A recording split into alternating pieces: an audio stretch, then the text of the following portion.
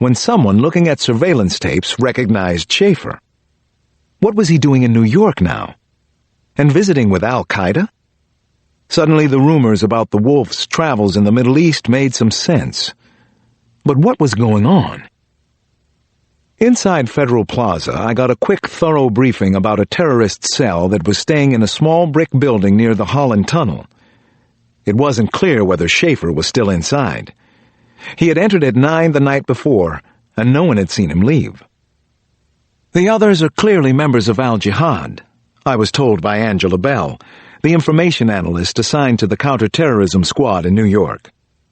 She said that the decrepit 3-story structure where the cell was holed up was shared by a Korean import-export business and a Spanish translation business. The terrorist cell was posing as a relief charity called Afghan Children Assistance. Based on the surveillance reports we had in hand, there were several indicators of terrorist planning and activity around New York. Chemicals and mixing apparatuses had turned up in a self-storage space in Long Island City. The place had been rented by an occupant of the property near the Holland Tunnel. A pickup truck owned by a cell member had been modified with heavy-duty springs to handle a very heavy load. A possible bomb? What kind of bomb? That morning, plans were being coordinated for raids on the Long Island storage facility and the walk-up near the Holland Tunnel. Finally, about 4 in the afternoon, I was driven to Tribeca to join the strike team.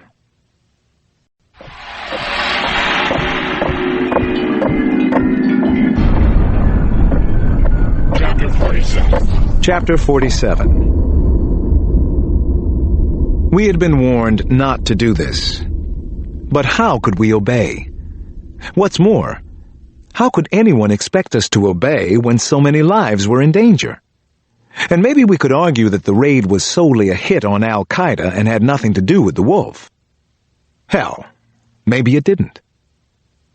The apartment where the terrorists were staying, and where Jeffrey Schaefer might still be, was a fairly easy one to monitor. The front of the red brick building had only a single entrance. The rear fire escapes emptied onto a narrow alley where we had already put closed-circuit wireless cameras. One side of the building abutted a textbook printer. The other opened onto a small parking lot. Was the weasel still inside? An HRT assault force and a SWAT team from the NYPD had taken over the top floor of a Tribeca meatpacking plant a couple of blocks from the Holland Tunnel. We assembled there, fine-tuning the assault, waiting for word to come about whether the raid would happen or not. HRT wanted to go, and they were pushing hard for an assault between 2 and 3 in the morning. I didn't know what I would do if it were my call. We had a cell of known terrorists and possibly Schaefer in our sights, but we'd been warned about the consequences. It could also be a setup, some kind of test for us. At a little before midnight, word began to circulate that HRT surveillance had turned up something else. About 1 in the morning, I was called into a small bookkeeping room that was serving as headquarters. It was getting close to put up or shut up time. Michael Ainsley from our New York office was the senior agent in charge.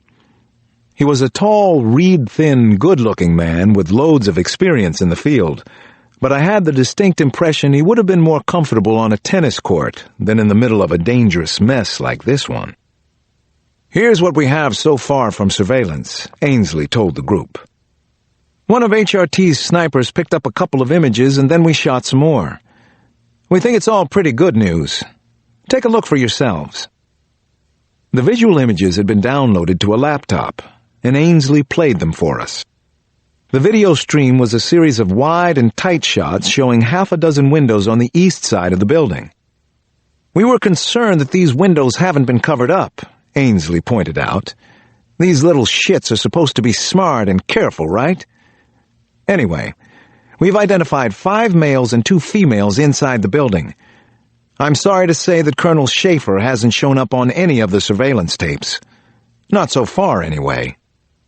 We don't have anything on him leaving the building either, just going inside. We're using thermal imaging to see if we might have missed him or any others."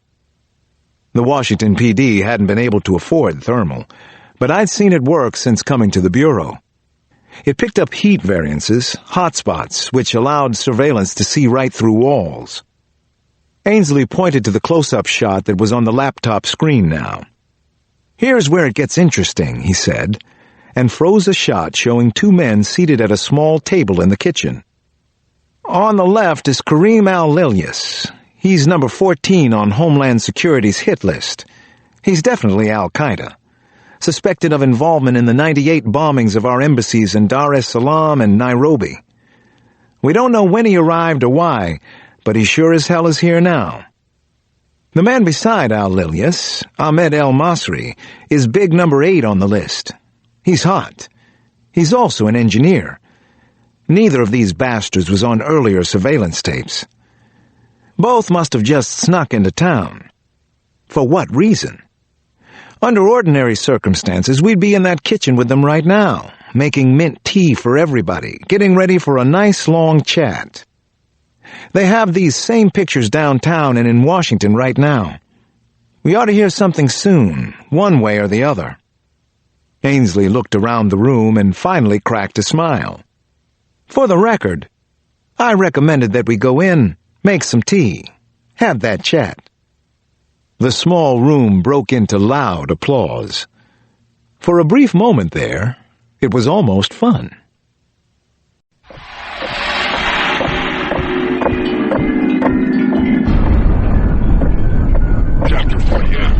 Chapter 48. Some of the more devil-may-care, gung-ho guys from the hostage rescue team, which is just about all of them, call this kind of dangerous operation 5 minutes of panic and thrill. Their panic, our thrill. The very personal thrill for me would be bringing down Jeffrey Schaefer. HRT and SWAT desperately wanted to go into the building and were on the ready. 24 heavily armed, state-of-the-art warriors were strutting around the wooden floor of the meatpacking plant. They were pumped up and supremely confident in their ability to do the job right and very quickly. Watching them, it was hard not to be, and even harder not to ask to be included in the raid. The real problem was that if they succeeded, we all might lose. We had been warned and been given dramatic lessons about what would happen if we disregarded the orders handed down by the Wolf.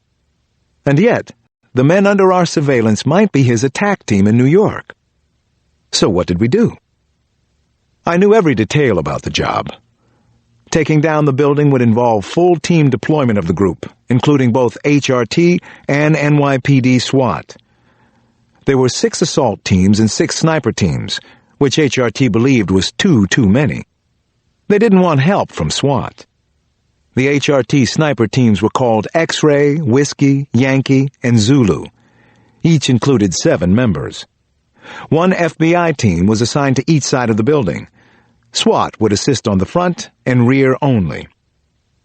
The interesting thing for me was the certainty that HRT was the superior assault team, the opposite of what I'd felt when I was with the D.C. police. The HRT snipers were disguised in urban hide kits, individualized bunches of black muslin, rope, dark PVC tubing, and the like. Each sniper had a specific target, and every window and door in the building was covered.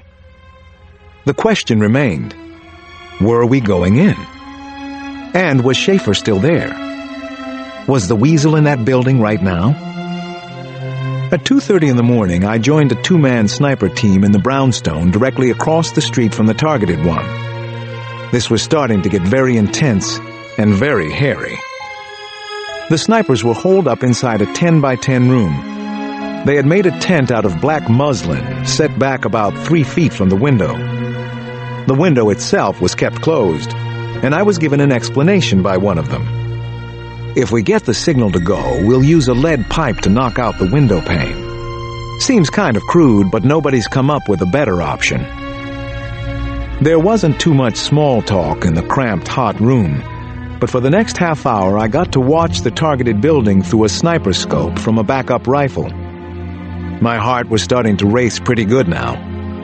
I was searching for Schaefer in the scope.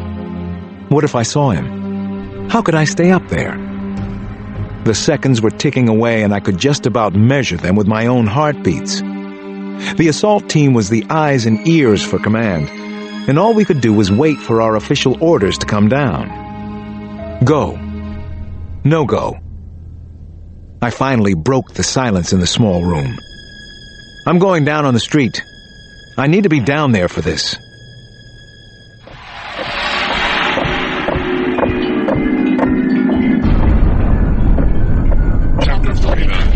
Chapter 49.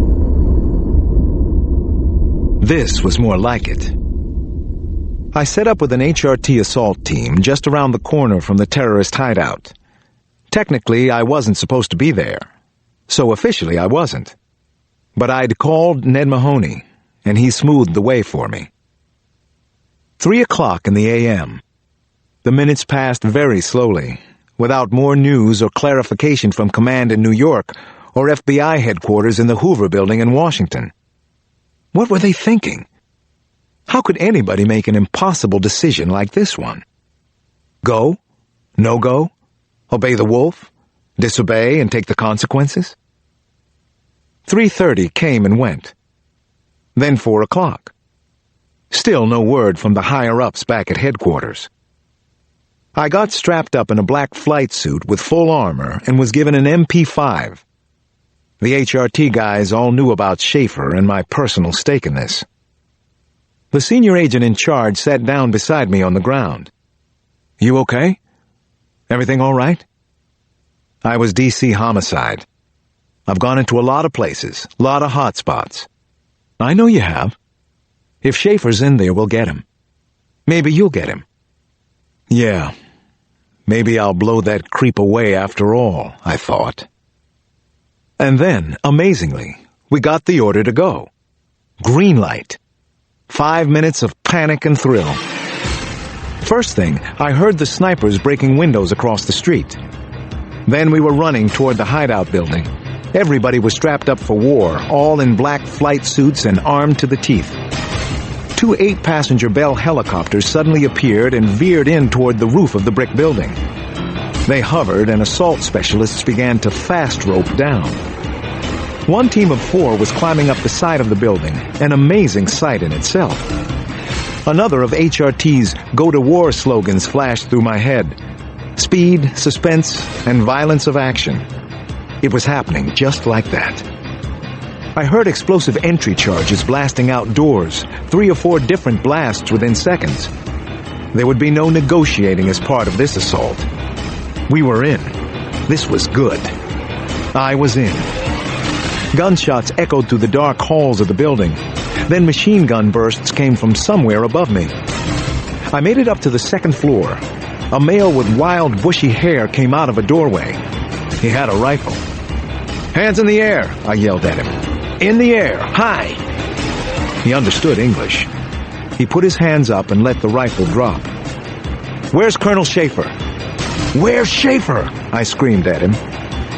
The man just shook his head back and forth, looking dazed and confused. I left the prisoner with a couple of HRT guys, then hurried upstairs to the 3rd floor. I wanted the weasel so badly now. Was he in there somewhere? A waif of a woman in black suddenly ran across a large living room area at the head of the stairs. Stop! I bellowed at her. You, stop! But she didn't. She went right out an open window in the living room. I heard her scream, then nothing after that. Sickening to watch. And finally I heard, secure! The building is secure! All floors secure! But nothing about Jeffrey Schaefer. Nothing about the weasel.